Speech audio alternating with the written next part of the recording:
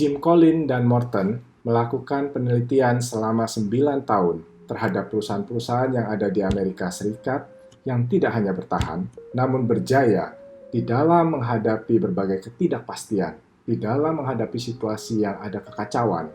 Mereka tumbuh 10 kali. Jim Collins dan Morton menyebutnya sebagai 10X Company. Bagaimana mereka bisa menjadi demikian hebat?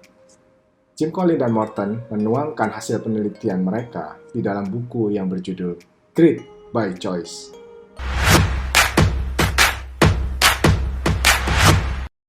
Hasil penelitian dari perusahaan-perusahaan hebat di Amerika tersebut menemukan satu kesamaan di antara perusahaan-perusahaan hebat tersebut, yang digambarkan menjadi satu konsep yang terdiri dari 4 hal.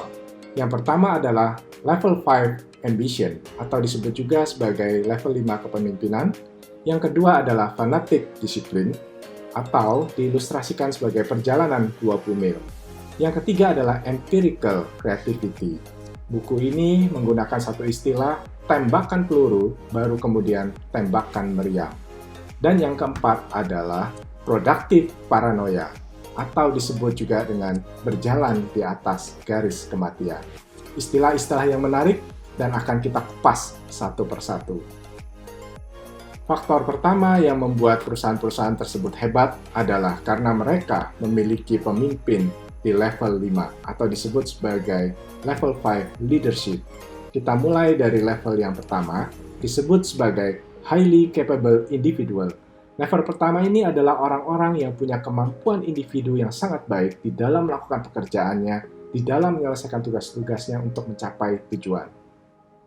Kepemimpinan di level 2 disebut sebagai contributing team member.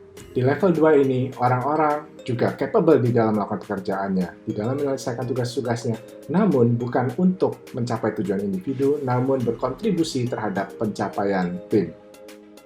Kepemimpinan di level 3 disebut sebagai competent manager. Orang yang ada di level 3 ini adalah mereka yang memimpin orang dan mengelola sumber daya untuk mencapai tujuan perusahaan dengan cara yang efektif dan efisien. Kepemimpinan di level 4 disebut sebagai effective leader. Pemimpin di sini bertugas untuk membuat visi yang jelas dan menentukan standar-standar yang harus dicapai. Level 5 kepemimpinan disebut sebagai eksekutif. Pemimpin di level eksekutif ini memiliki 2 karakter utama yang penting. Yang pertama adalah personal humility atau humble, yang kedua adalah professional will. Jadi mereka adalah para pemimpin yang humble, namun memiliki kemampuan profesional yang tinggi. Para pemimpin seperti inilah yang ternyata berhasil membawa perusahaan-perusahaan tersebut menjadi perusahaan-perusahaan hebat. Faktor kedua disebut sebagai fanatic discipline. Diberikan contoh, 2 orang yang sedang melakukan suatu perjalanan untuk mencapai suatu tujuan. Orang yang pertama, untuk mencapai tujuan, dia melakukan suatu perencanaan dan target melakukan 20 mil setiap waktunya. Secara konsisten, orang yang pertama ini melakukan pencapaian 20 mil, kemudian pencapaian 20 mil berikutnya, dan seterusnya sehingga dia mencapai ke tujuan. Orang yang kedua, karena dia ingin lebih cepat mencapai tujuannya, maka dia melihat segala macam kesempatan. Pada saat dia bisa bergerak 40 mil, dia akan bergerak 40 mil. Kemudian pada saat banyak kesulitan, dia akan kemudian mundur, bergerak menjadi hanya sekitar mungkin 10 mil.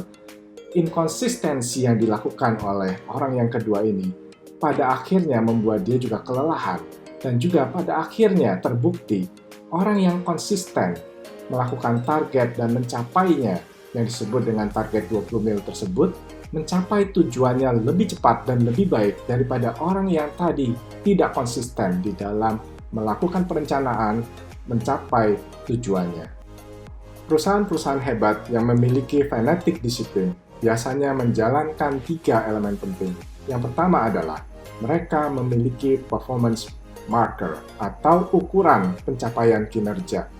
Yang kedua adalah mereka melakukan batasan atau menentukan batasan apa yang harus mereka capai. Artinya, di dalam keadaan sulit, mereka tidak melihat faktor luar sebagai penghalang, tetapi mereka selalu mencari cara untuk tetap mencapai tujuannya. Di dalam keadaan yang baik, mereka juga tidak tergoda untuk kemudian keluar dari target atau hal yang sudah mereka tentukan untuk mereka capai. Elemen ketiga adalah Goldilocks time atau waktu yang tepat. Untuk mencapai tujuan, tidak boleh waktu terlalu pendek atau waktu yang terlalu panjang. Karena waktu yang terlalu pendek biasanya kita menghadapi banyak sekali volatility atau ketidakpastian. Sementara waktu yang terlalu panjang juga membuat strategi kita kemudian menjadi tidak efektif. Oleh karena itu, untuk mencapai tujuan diperlukan waktu yang tepat atau waktu yang jelas kapan kita akan mencapai tujuan tersebut. Faktor ketiga adalah empirical creativity atau kreativitas empiris. Tembakan peluru, baru kemudian tembakan meriam. Pesan dari faktor ketiga ini adalah perusahaan-perusahaan hebat itu juga tetap mengambil risiko, namun mereka mengambil risiko secara terukur. Jadi mereka tidak menggunakan CKMP. CKMP adalah istilah yang saya buat, cara kira-kira menggunakan perasaan. Banyak sekali organisasi atau perusahaan yang melakukan keputusan atau tindakan hanya berdasarkan feeling. Perusahaan-perusahaan hebat ternyata melakukan berbagai keputusan dengan analisa dan pertimbangan yang matang. Semua resiko mereka ukur. Ada dua faktor penting yang dikombinasikan di dalam empirical creativity ini adalah operational excellence, yang pertama, dan yang kedua adalah innovation. Jadi, mereka mengkombinasikan kemampuan mengolah, menganalisa data dengan kemampuan melakukan inovasi. Disitulah kreativitas akan terjadi. Faktor yang ketiga adalah productive paranoia. Perusahaan-perusahaan hebat ternyata paranoia terhadap produktivitas. Mereka sangat concern, mereka sangat peduli tentang pentingnya produktivitas. Tidak hanya di masa baik, termasuk pada saat masa-masa sulit. Ada 3 elemen penting juga di dalam productive paranoia. Yang pertama adalah tabung oksigen, yang kedua batasi resiko, dan yang ketiga zoom out, zoom in. Saya jelaskan satu persatu. Yang pertama, tabung oksigen menjelaskan bahwa semua perusahaan-perusahaan hebat ternyata selalu membuat perencanaan apabila situasi perusahaan tidak dalam keadaan baik. Mereka selalu mengantisipasi perubahan. Tabung oksigen ini diinspirasi oleh film seperti Everest, di mana film tersebut menceritakan perjuangan tim di dalam mencapai puncak Everest. Tidak hanya kemampuan fisik, tidak hanya kemampuan lainnya yang perlu dimiliki, namun ternyata tim tersebut juga harus bisa mempunyai persiapan, terutama tabung oksigen yang cukup untuk mencapai puncak Everest. Perusahaan-perusahaan hebat juga menjalankan elemen kedua, yaitu batasi resiko. Tentu saja sering kita dengar high risk, high gain. Risiko tinggi, hasilnya juga tinggi. Perusahaan-perusahaan hebat ternyata mereka tidak gegabah untuk selalu hanya mencapai high gain karena melakukan high risk. Namun, mereka secara sistematis selalu mengukur resiko yang akan terjadi. Bila resiko tersebut tidak mungkin untuk dihadapi, maka perusahaan-perusahaan hebat biasanya kemudian akan mengambil tindakan untuk tidak mengambil resiko tersebut. Elemen ketiga adalah zoom out, zoom in. Pemimpin perusahaan-perusahaan hebat selalu melakukan apa yang disebut dengan zoom out. Mereka melihat perubahan-perubahan yang terjadi di sekitarnya. Mereka melihat perubahan yang terjadi di industri yang sedang mereka hadapi. Namun mereka kemudian juga kembali zoom in kepada tujuannya. Saat ini, banyak perusahaan juga sedang kesulitan menghadapi situasi yang disebabkan oleh pandemi. Namun, buku ini, Great by Choice, bisa menjadi inspirasi buat kita semua, bahwa untuk menjadi perusahaan hebat itu ternyata adalah pilihan. 4 faktor penting yang harus dimiliki oleh perusahaan hebat.